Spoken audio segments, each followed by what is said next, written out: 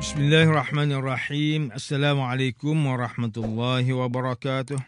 Innal hamdalillah nahmaduhu wa nasta'inuhu wa nastaghfiruh wa na'udzu billahi min shururi anfusina wa min sayyiati a'malina. Man yahdihillahu fala mudilla lahu wa man yudlil fala hadiya lahu. Asyhadu an la ilaha illallah wahdahu la syarika lahu wa asyhadu anna Muhammadan abduhu wa rasuluh. Allahumma salli wa sallim ala sayyidina Muhammad wa ala alihi wa ashabihi wa tabi'in wa man tabi'ahum bi ihsanin ila yaumiddin. A'udzu billahi minasy syaithanir rajim. Ya ayyuhalladzina amanu taqullaha haqqa tuqatih wa la tamutunna illa wa antum muslimun. Amma ba'd.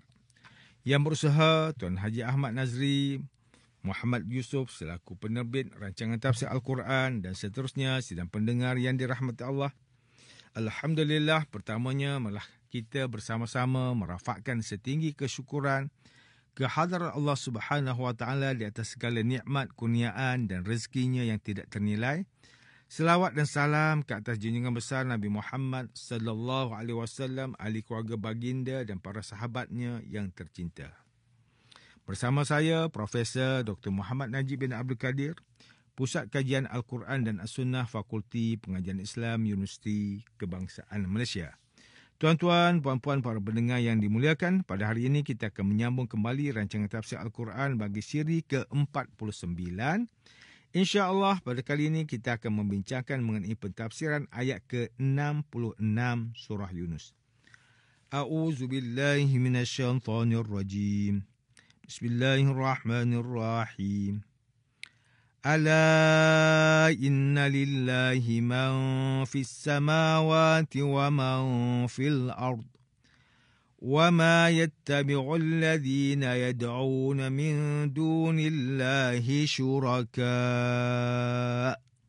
إِن يَتَّبِعُونَ إِلَّا الظَّنَّ وَإِنْ هُمْ إِلَّا يَخْرُصُونَ.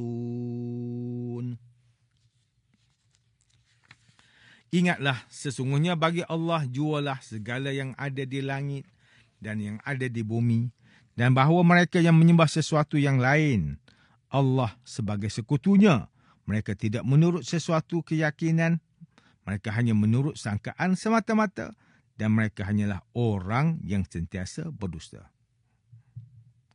Muslimin dan muslimat yang dirahmati Allah, Profesor Dr. Muhammad Quraisy Shihab melalui kitabnya Tafsir Al-Misbah menyatakan bahawa ayat yang sebelum ini menegaskan bahawa sesungguhnya kemuliaan seluruhnya adalah milik Allah.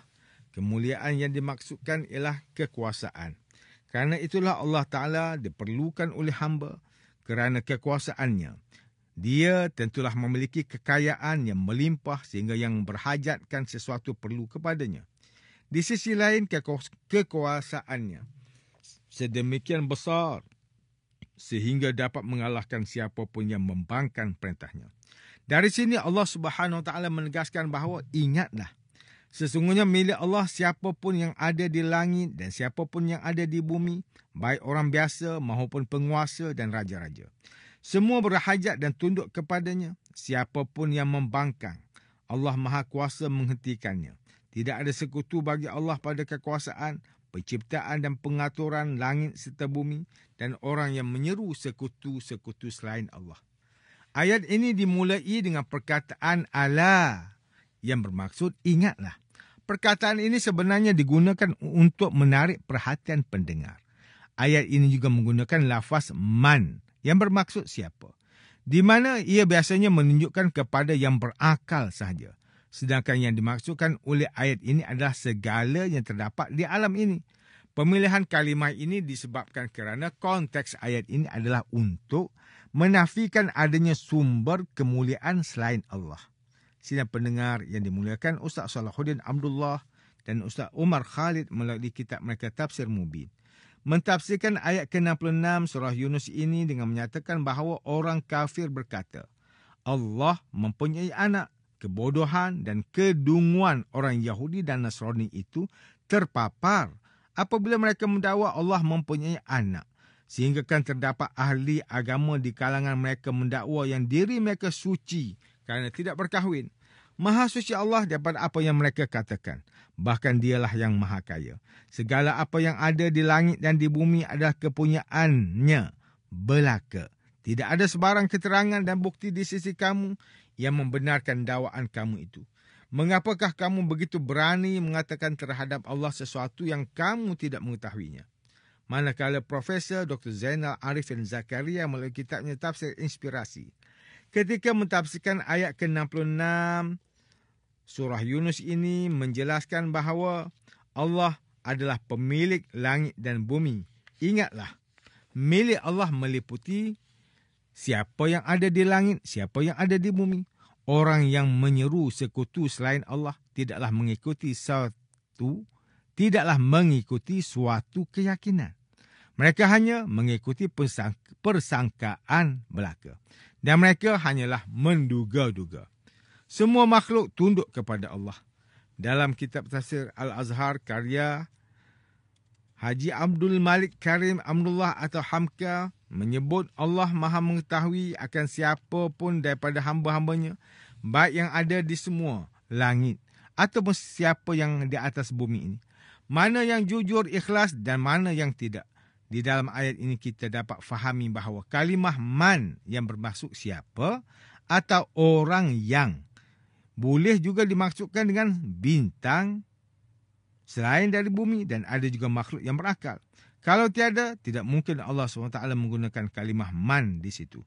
Sedangkan di sebuah bintang iaitu bumi ini ada makhluk berakal bernama manusia. Mungkin juga di bintang-bintang lain yang berjuta itu ada makhluk lain meskipun namanya bukan manusia. Boleh juga dimaksudkan bahawa alam langit adalah alam lain yang berpengetahuan. Kita belum sampai kepada tahapnya. Mungkin juga ia dimaksudkan dengan alam ghaib. Hamka mentafsirkan lagi bahawa kita boleh dapati terdapat 2-3 jenis kalimah yang membawa maksud dusta atau bohong. Yang banyak kita ketahui ialah yakzibun daripada kazaba, yakzibu, kaziban. Kita juga menjumpai kalimah yaftarun yang bermaksud dusta. Juga ia itu mengada-ngadakan mereka-reka dusta. Namun di dalam ayat ini kita temui kalimah yakhrusun yang maknanya hampir sama dengan yaftarun. Cuma perbezaannya ialah dusta khars itu adalah kumpulan dari perkara-perkara khayal lalu dijadikan pegangan hidup dan tidak boleh dibantah lagi. Tuan-tuan dan puan-puan yang dirahmati Allah, demikianlah tafsir bagi ayat ke-66 surah Yunus menurut pentafsiran oleh para ulama. Ayat ke-66 surah Yunus ini memfokuskan berkenaan kerugian akibat dari perbuatan menyekutukan Allah Subhanahu Wa Taala. Syekh Abdul Rahman As-Sa'di menyebut syirik adalah menjadikan bagi Allah sekutu yang mana dia berdoa kepadanya sebagai dia berdoa kepada Allah atau takut kepadanya atau mengharap kepadanya atau dia mencintainya sebagaimana kecintaan kepada Allah atau dia melakukan kepadanya satu jenis daripada jenis-jenis ibadah. Syirik adalah dosa besar yang paling besar. Oleh itu ianya diletakkan sebagai dosa besar yang pertama daripada 76 dosa besar yang dihimpunkan oleh Imam Az-Zahabi dalam kitabnya Al-Kabair. Maka jelas syirik merupakan perkara yang sangat diharamkan dalam Islam. Firman Allah Ta'ala di dalam surah An-Nisa ayat ke-48, Inna Allah la yaghfiru an yushraka bih wa yaghfiru ma duna dhalika liman yasha. Sesungguhnya Allah tidak akan mengampunkan dosa syirik mempersekutukannya dengan sesuatu apa jua dan akan mengampunkan dosa yang lain dari itu bagi sesiapa yang dikehendakinya menurut aturan syariatnya. Dan sesiapa yang mempersekutukan Allah dengan sesuatu yang lain, maka sesungguhnya ia telah melakukan dosa yang besar. Ibn Katsir berkata, Allah Ta'ala tidak akan mengampuni dosa syirik, iaitu ketika seorang hamba bertemu Allah dengan keadaan berbuat syirik. Menurut Ibn Al-Jawzi, Allah tidak akan mengampuni orang yang syirik, orang yang musyrik, yang mati dalam kesyirikan. Ini bermakna jika dia meninggal dunia dalam keadaan sempat bertaubat, maka dia akan selamat daripada azab neraka. Rasulullah sallallahu alaihi wasallam bersabda, akbarul kabairi al-isyraku billah. Dosa yang paling besar adalah menyekutukan sesuatu kepada Allah. Hadis riwayat Al-Bukhari. Pada zaman ini terdapat pelbagai cabaran di media sosial yang mempunyai unsur pemujaan dan ritual yang menyalahi akidah Islam. Begitu juga perbuatan, pemakaian dan solatkan yang menyerupai syaitan atau hantu termasuk dalam tasyabbuh yang dilarang oleh syariat Islam. Selain itu juga, ia dikhawatiri akan menjerumuskan pelakunya ke dalam perbuatan syirik dan kekufuran.